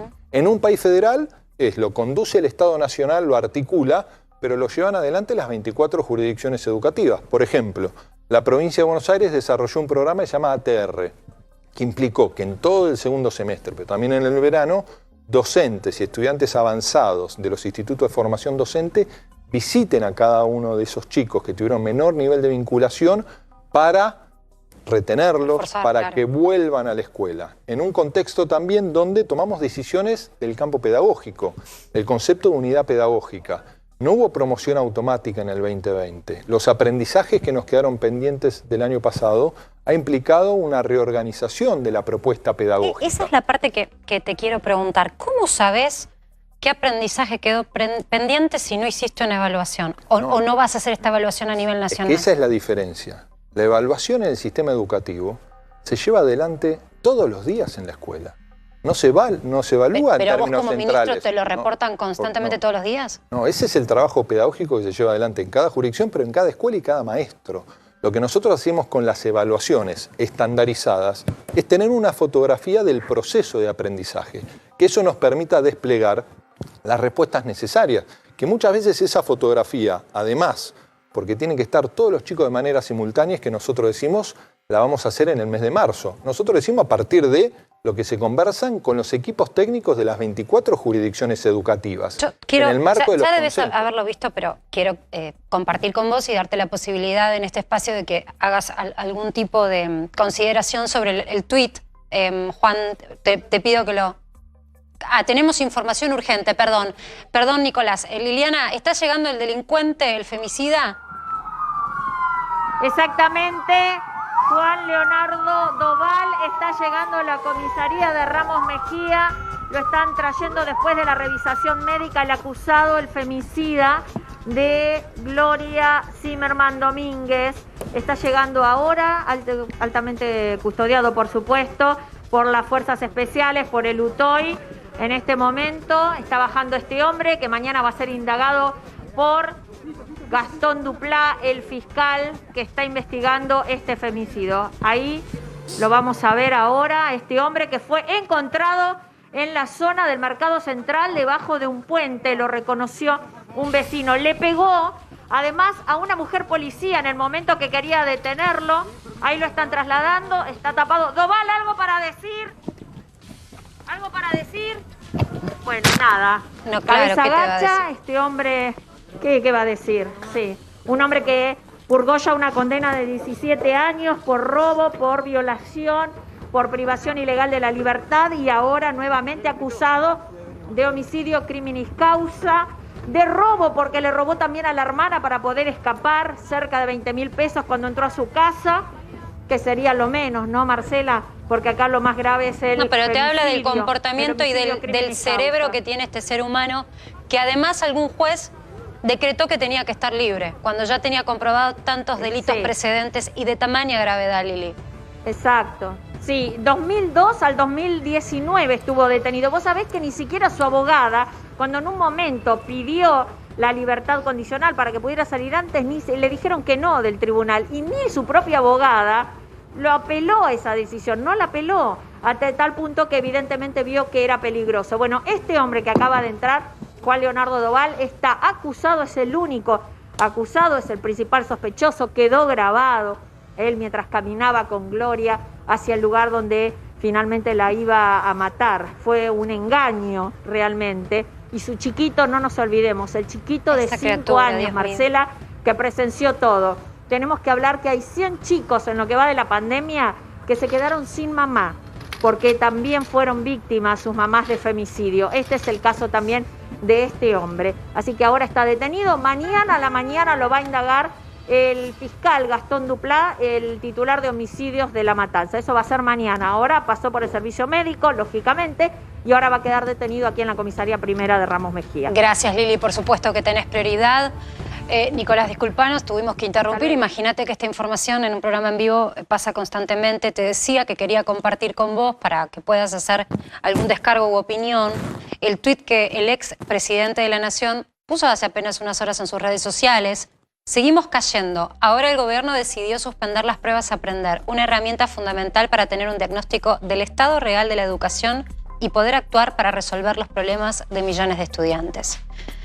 Bueno, y también puso, como en el pasado hicieron con la inflación y la pobreza, ahora intentan esconder la crisis que produjeron cuando cerraron las escuelas. No hay caso, no hay solución posible en el ocultamiento.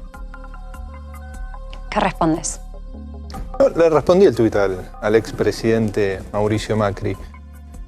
Yo celebro, por más que sea tardío, cierta preocupación por el sistema educativo.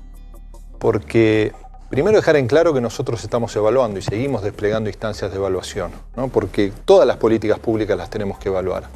Ahora, en los 4 años de gestión de Mauricio Macri, la inversión educativa cayó el 33% en cabeza del Estado Nacional.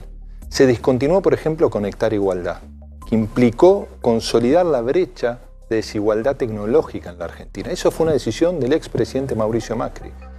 Y si nosotros a la escuela no le damos consenso, es muy difícil que tenga la capacidad de respuesta que nuestra sociedad y nuestros chicos están esperando. No, y Argentina yo lo comprendo. construyó... Si sacamos la política de lado, yo te pregunto, como ministro, ¿cómo haces para tomar una decisión de política a nivel de educación, a nivel nacional, si vos no tenés una evaluación, una foto de lo estamos actual? evaluamos el año pasado. Inclusive, Marcela, si nosotros evaluamos. O sea, el en Aprender octubre, no es la única evaluación, no esa es la es la única respuesta. no es Vos la tenés única otros evaluación. termómetros. Tenemos ¿Y se otras... pueden compartir esos termómetros? Es que lo estamos compartiendo ¿Públicamente? todos los días. Están muchos de ellos. Por eso muchas veces nosotros queremos aclarar, ¿no? Los datos oficiales que circulan los construimos nosotros del Estado. Porque algo que tenemos que tener claro como sociedad es que si nosotros no visibilizamos lo que queremos cambiar, lo que queremos modificar, no está en la agenda pública. Y esto no es una decisión exclusivamente de nuestro gobierno. En un país federal tenemos que construir los consensos con las 24 jurisdicciones educativas. Nosotros articulamos una política común que además se ha construido sobre la base de profundos consensos, porque gran parte de las resoluciones que nosotros aprobamos, que es el marco normativo para el despliegue de las políticas públicas, es con las provincias por unanimidad. Y este año, entre otras cosas, entre otros aspectos, hemos tenido el crecimiento de inversión interanual más importante en términos educativos para intentar subsanar lo que fue la ruptura de los consensos. Porque yo creo que la política y la política educativa hay que debatirla. Y nosotros inclusive la queremos debatir este año electoral en el Congreso de la Nación, con nuevas leyes para marcar el horizonte que queremos para la escuela. Una de ellas es una ley de justicia educativa, que pueda visibilizar todo lo que tenemos que modificar con objetivos claros, pero que también incluya la priorización de consensos y de inversión del Estado Nacional y de las 24 jurisdicciones para lograr invertir en 8 años el 8% de nuestra riqueza, que es el Producto Bruto Interno, en educación, porque eso es infraestructura, es formación de nuestros docentes, son políticas de acompañamiento de las trayectorias, computadoras, libros. transformar nuestra escuela secundaria. Es una discusión hasta de presupuesto. Está bueno dar ese debate. Lo que uno piensa es ¿por qué no pensar que en octubre sí se podía ir a la presencialidad escolar y hacer la evaluación? Es que estamos yendo... Capaz que yo estoy muy optimista y pienso que la vacunación, Rosario, va a llegar... Pero nosotros estamos yendo a un esquema de presencialidad. Argentina ha tenido el inicio del ciclo lectivo con mayor presencialidad de América Latina en este 2021. Y eso fue una construcción colectiva. Queremos ahora, entender por qué no en octubre. Nos golpeó la pandemia, nos golpeó la segunda ola, y no tenemos certeza si vamos a tener presencialidad absoluta. Si nosotros no tenemos presencialidad absoluta, una encuesta que es censal, que queremos llegar a todos los estudiantes, se transforma en muestral. Y nosotros queremos... ¿Decís que va a dar muy mal? No. Lo que vos haces es tomás una porción de la población y no tomás a todos, que es lo que nosotros queremos tener. En realidad no estamos suspendiendo. ¿Qué estamos diciendo? Vamos a ir al mes de marzo. ¿Y si la haces 4 meses? Y si la haces en octubre y la volvés a repetir? Pero no tiene sentido, ¿Es mucho Marcela. costo económico? Es un costo de inversión importante del Estado. Aparte, yo digo, es importante que pongamos el foco en la evaluación, por supuesto. Por eso estamos llevando adelante y por eso inclusive tenemos una Secretaría de Evaluación e Información Educativa que convocamos a una renombrada pedagoga para que la conduzca. Por eso inclusive hemos institucionalizado el Consejo de la Calidad Educativa que se creó por la Ley de Educación Nacional y en 15 años no se había puesto en funcionamiento. Y convocamos a pedagogos y referentes del campo pedagógico de los más amplios sectores políticos. Ahora, también lo más importante, además de evaluar, es ¿qué respuestas da el sistema educativo frente a una realidad de desigualdad? Es un diagnóstico, es como cuando vas al médico, te da el diagnóstico, después vos tenés que hacer tratamiento. Rosario. Macri evaluó, yo lo único que decir, Macri evaluó. Sí. Y su evaluación a la respuesta, ¿cuál fue la desigualdad? Discontinuar Conectar Igualdad. ¿Cuál fue su respuesta? Discontinuar el Plan Nacional de Lecturas. Entonces me parece que de los 3.000 jardines que anunció Mauricio Macri, se construyeron 107. Nosotros hemos hecho una denuncia ante la Oficina Anticorrupción porque, por ejemplo, a una empresa, ¿no? A una UTE, le dieron 93 jardines para construir y no terminaron uno solo, ¿no? A pesar que le adelantaron en algunos casos hasta el 70% del valor de la obra. Entonces, yo celebro, y cuando le respondía el tuit a Mauricio Macri, le decía a Mauricio Macri que hable con sus legisladores para que cuando vayamos al Congreso con estas leyes, como la ley de justicia educativa, una ley de formación y carrera para nuestros maestros, una ley de conectividad, pongan los votos para transformar positivamente, porque inclusive la ley de financiamiento educativo, que el PRO y el radicalismo votó y aprobaron cuando eran oposición, cuando fueron gobiernos la dejaron de cumplir. Y a la escuela, ¿no? Una condición básica, indispensable, es la inversión. Por supuesto, después tenemos que discutir la eficiencia. Más en una pandemia, ¿no? Pero la eficiencia, el rumbo, y por eso el presupuesto educativo. Triplicamos este año la inversión en nuestro plan de conectividad. Ha crecido 600% la inversión en infraestructura escolar. Ha crecido 150% la Nicolás, yo creo que eso no lo cuestiona nadie. Creo que eso está dado por los números. Me parece que acá... Te pusimos el tuit de Macri porque creemos que es justo, si mostramos eso ayer, darte a vos, que hoy estás acá, el espacio para poder responder. Pero lo que uno se pregunta es cuando escucha a pedagogos o docentes decir, pero sin esa prueba no podemos tener la foto de cómo estamos. No, pero, por eso te preguntaba cómo tomaste esa decisión. No, ¿qué fue lo que te hizo estamos tomando? pensarlo? Primero la estamos tomando colectivamente con todas las jurisdicciones. En el marco del Consejo Federal. ¿Todos están más o menos de acuerdo? Se está debatiendo eso. Chicos, porque nos quedamos...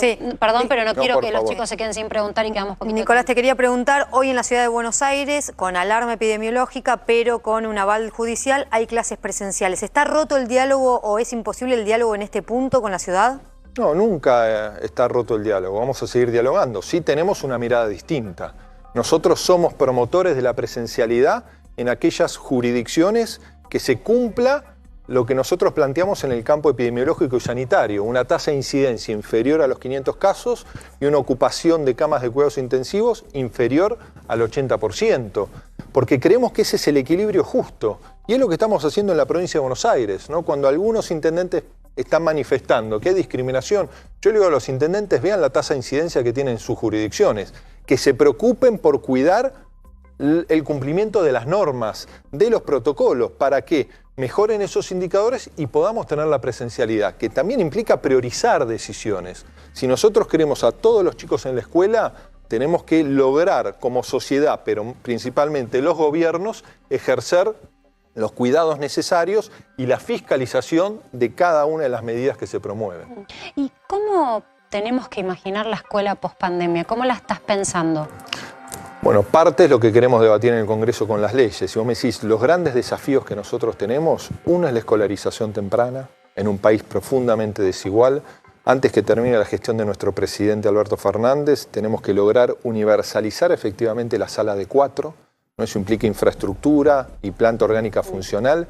Queremos hacer obligatoria la sala de 3 y avanzar fuertemente en la construcción de escuelas de educación inicial. No solo espacios de cuidado, sino escuelas de educación inicial, porque nuestra escuela no solo es un espacio de creación de conocimiento, sino también de garantía de otros derechos que en una Argentina tan desigual no se garantizan en el hogar. ¿Y las desigualdades que se generaron por la pandemia, cómo se van a corregir? Bueno. En el aprendizaje, ya no solamente por quien no se pudo conectar, sino porque hay chicos que realmente no han podido aprender sin su docente. Tenemos primero que dejar en claro, Marcela, que el impacto educativo es marcado.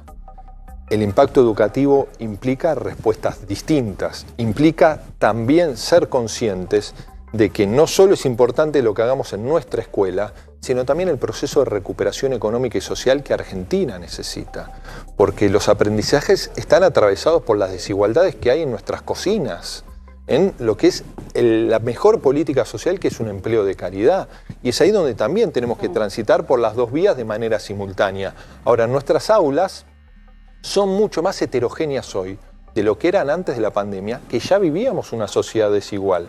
¿Por qué? Porque el aprendizaje en el hogar consolida la desigualdad, que puede ser tecnológica, que principalmente también se vincula a la trayectoria educativa de la mamá, porque la evaluación de la continuidad pedagógica, ¿qué nos confirmó? Que la tarea de acompañamiento educativo lo llevó adelante en 9 de cada 10 hogares una mujer. ¿No? Entonces, ese es el principal condicionante, que también habla de la sociedad que tenemos que modificar para que haya un esquema de paridad en la responsabilidad de las tareas de cuidado y acompañamiento de nuestros hijos y hijas en el hogar. Y el gran desafío... Te toca una tarea enorme, Nicolás. A todos nos toca una tarea enorme como sociedad. Tenés que trazar una política en donde puedas nivelar para arriba a todos. Pero yo para terminar, tiene que haber, Marcela, consensos y diálogo. En el campo educativo, las políticas que se acuerden tienen que trascender a los gobiernos de turno, tanto en el Estado Nacional como en las provincias. Si no, no hay un horizonte de transformación. Y la escuela se cambia con diálogo, consenso, con los maestros, porque cualquier modificación que nosotros queremos introducir en nuestras aulas ingresa de la mano de los maestros. Por supuesto. Gracias, Nicolás. Gracias por a esta vos. noche. Ya volvemos.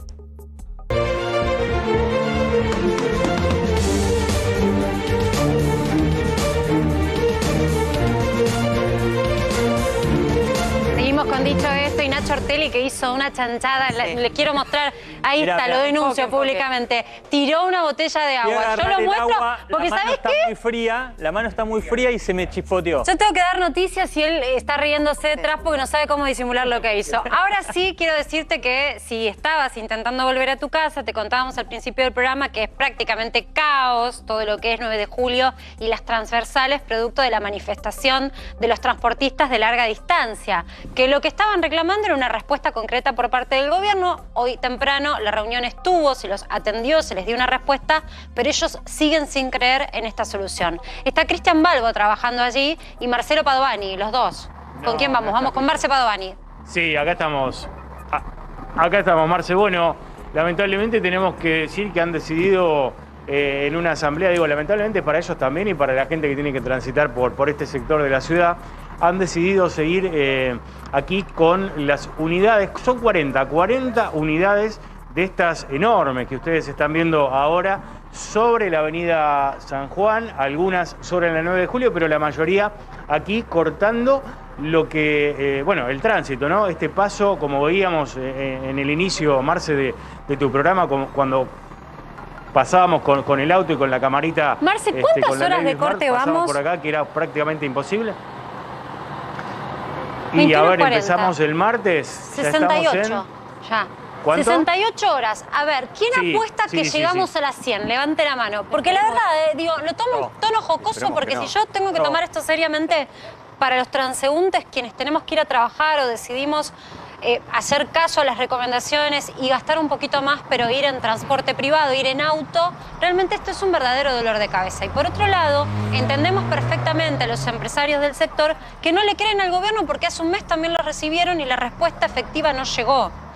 ¿Ustedes qué dicen? ¿Vamos a la 100? Llegamos a 100, Marce. Mañana a la mañana tiene que estar resuelto este conflicto. ¿Vos decís que sí? Mañana a la mañana Tendría que estar. Hoy. Tendría que Hoy estar. tendría, Martín. hoy tendría que haber estado resuelto. Pero no lo veo. Hoy, pero Bueno, ahí. estamos un poquito retrasados. Por lo pronto, creo que si seguimos así, nuestro compañero se va a tener que quedar a dormir haciendo esta cobertura. Gracias, Marce. Ya está con nosotros, nos está escuchando el profe de Pablo, Juan Carlos de Pablo. Saltamos de un tema a otro, pero en realidad, profe, todo tiene que ver con todo. Buenas noches. Sí, no me diga que lo rajaron a Luis. Ya está. No. Listo. Sí, dijimos, ¿Te basta. sorprendiste al verme a mí? Está Pero vamos a tomándose... trabajar. Está tomándose unos días, profe, le estamos haciendo el aguante. La verdad es que decía recién, todos los temas tienen que ver un poco, están encadenados. El reclamo de un sector, el sufrimiento de otro, las decisiones de política restrictiva que han llevado por parte del gobierno a situaciones de no respuesta y el reclamo que persiste, este es un sector, hay otros también que han hecho cortes. Concretamente la noticia del día hoy tiene que ver con la canasta básica. Te quiero preguntar... ¿Qué observás vos de la situación de la inflación en Argentina, sobre todo en alimentos? Los datos que hemos tenido, lo que publicó ayer el INDEC, da una caída de la tasa de inflación porque los denominados precios estacionales prácticamente no se movieron. Continuó la inflación núcleo y lo regulado a 4% por mes, etcétera, y alimentos se comportó igual que, digamos, que el promedio. Ahora, una cosa que llama mucho la atención es la enorme dispersión que hay en los precios. ¿Por qué digo que llama la atención? Porque cuando yo era chiquitito, hace algunos meses, si vos querías comparar precios, tenías que caminar. Hoy con el celular parece que hace tiqui, tiqui, tiqui, tiqui, y enseguida sabés. Y sin embargo hay enorme dispersión de precios. No me estoy refiriendo a cuánto vale el rabanito en el campo y cuánto vale en el supermercado, sino de los mismos productos en distintos lugares. Sí. Eso tiene que ver con el hecho que en un contexto como el actual, de fuerte incertidumbre, es muy difícil poner los precios, es muy difícil establecer, modificar. Ahora, después hay que vender. Pues yo también quiero poner enorme cantidad de números para pedir por acá en una de mis conferencias, pero después me tiene que contratar a alguien, ¿no? Profe, quiero ponerte, le voy pidiendo ya a mis productores si podemos preparar el material de Todesca. Tuvimos la posibilidad de hablar con la vicejefa de gobierno hoy sobre la mirada, ¿no?, de la economía y el plan económico que hay. Avísenme cuando ya esté el material y lo ponemos al aire. Por lo pronto, ¿lo tenemos, chicos? En 3, 2, 1. El presidente es Alberto Fernández y la vicepresidenta es Cristina Fernández de Kirchner. Y somos una coalición. ¿Y hay matices y hay discusiones? Por supuesto que sí. Pero los objetivos son absolutamente claros.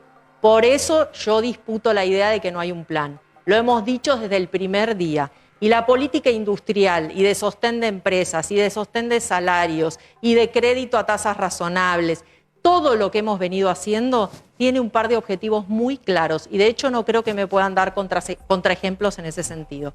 Todo lo que hemos hecho es por la producción y la generación de empleo y alejarnos de esos circuitos de especulación que a veces la Argentina a lo largo de su historia ha caído y son muy dañinos. La discusión si hay plan o plan no puede ser semántica, porque eso sería perder el tiempo. Ahora, vos lo que tenés que pedir es que, por ejemplo, la tasa de inflación implícita en cada pedacito de la política económica tiene que ser la misma, porque siempre tenés un plan implícito en el conjunto de medidas. Ahora, si vos tenés una tasa de inflación en la política fiscal, en la política monetaria, otra diferente en el dólar oficial, otra en los salarios, tenés un problema. Desde ese punto de vista, uno lo que tiene que decir técnicamente es agarrar y decir, están chequeando que los distintas están coordinadas entre sí, porque de afuera tiene graves dudas, de afuera tiene. Ahora, este comentario tiene que ver con esta información que vino del Tesoro de Estados Unidos. Sí.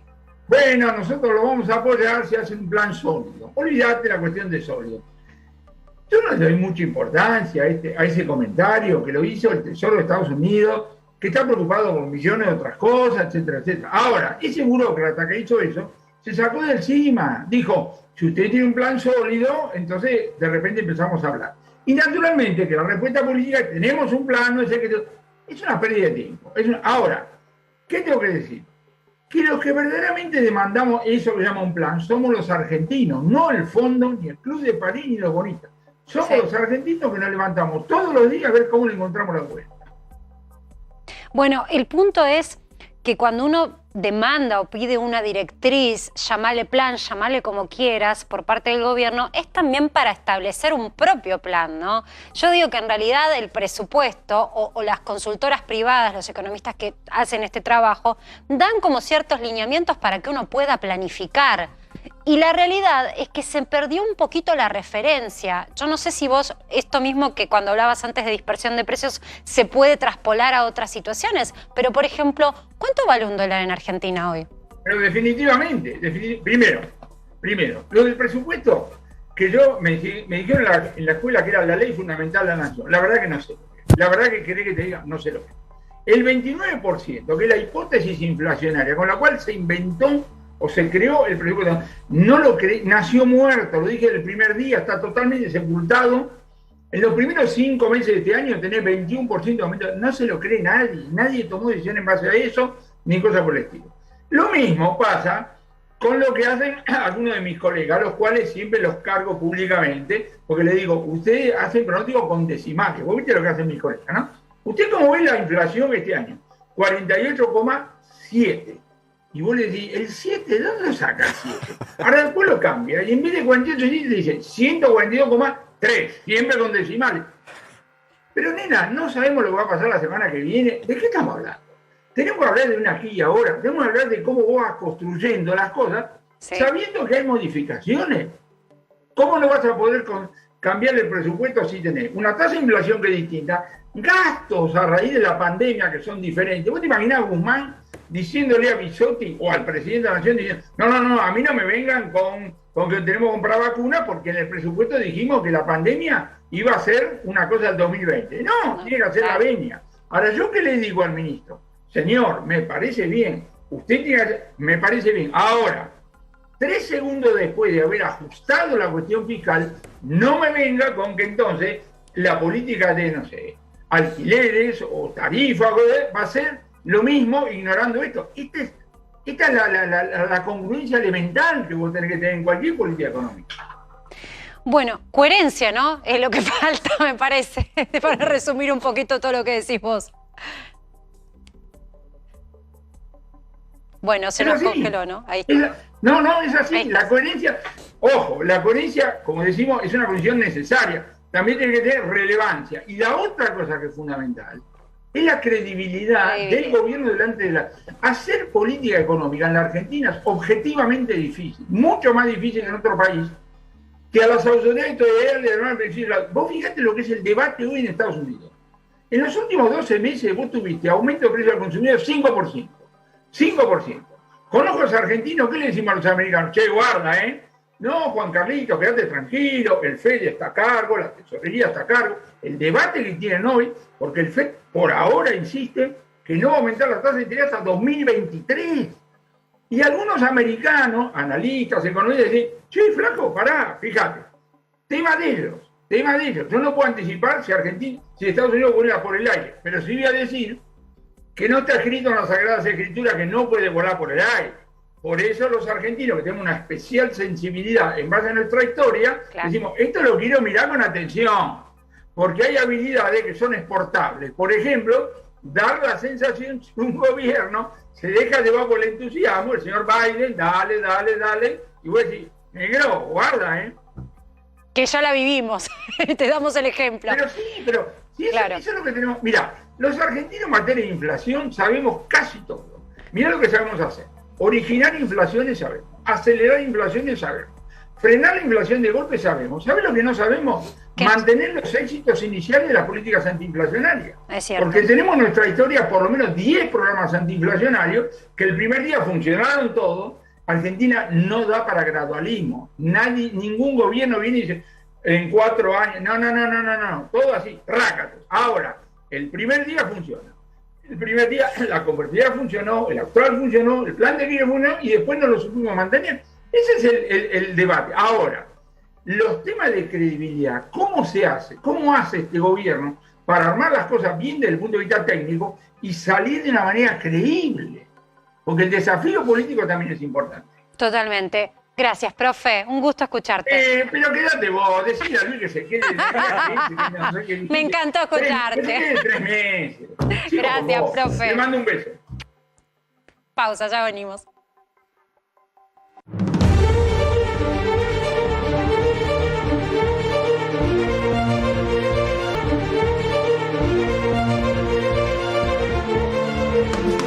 Seguimos en Dicho Esto y lo prometido es deuda. Más temprano Nacho Ortelli te contaba que te iba a desandar el camino tan intrincado y difícil de entender cómo va a ser este año electoral en Argentina. A ver, ¿qué posiciones tenemos? Marce, el gobierno claramente cerró filas, las internas van a quedar para después de la campaña, hay una unidad que se encargan todos los actores de resaltarla en todo momento.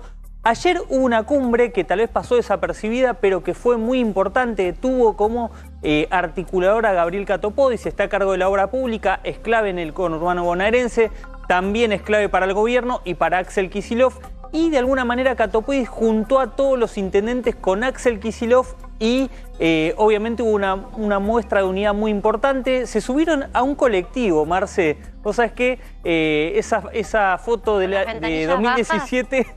No, sí, ventanillas bajas. No sé, porque me dijeron que hay muchas unidades que no se puede bajar la ventanilla y ya que estamos reclamamos que tengamos unidades pro COVID. Abrieron las ventanas y después fueron a almorzar a Ezeiza. Gastón Granados, el intendente interino de Ezeiza, fue el anfitrión. Obviamente estaba Alejandro Granados, estaba el sheriff. Y mira, esta es la foto del encuentro. Ahí que se dijo, Marce, nos jugamos todo, se define salir de la crisis o volver al fracaso de Mauricio Macri. Muy duro Axel Kicillof y también los intendentes con Mauricio Macri. Me parece que ese va a ser el eslogan de campaña y esa va a ser la pieza fundamental o la pieza basal de lo que va a ser la estrategia del oficialismo. Como te contaba Rosario, va a ser contrastar todo el tiempo con Mauricio Macri. Bueno, lo suben al ring. Lo suben al ring. O sea, quiera o no quiera, ya está subido Mauricio Macri. Por lo pronto tenemos un pedido especial, por favor, atender. Se necesitan de urgencia donantes de sangre y o plaquetas de cualquier tipo de nombre, a nombre de Magalí Beraldi, a nombre de Magalí Beraldi. Por favor, ingresar a www.homecentro.org para solicitar turno. Si van directamente es por orden de llegada. La dirección es Avenida Díaz Vélez, 3973. Bueno, hay requisitos para el procedimiento. Pedimos, por favor, solidaridad. Es una persona muy querida por nosotros. Gracias, ya está Romy Mangel y los espero un programón. Quédense en A24.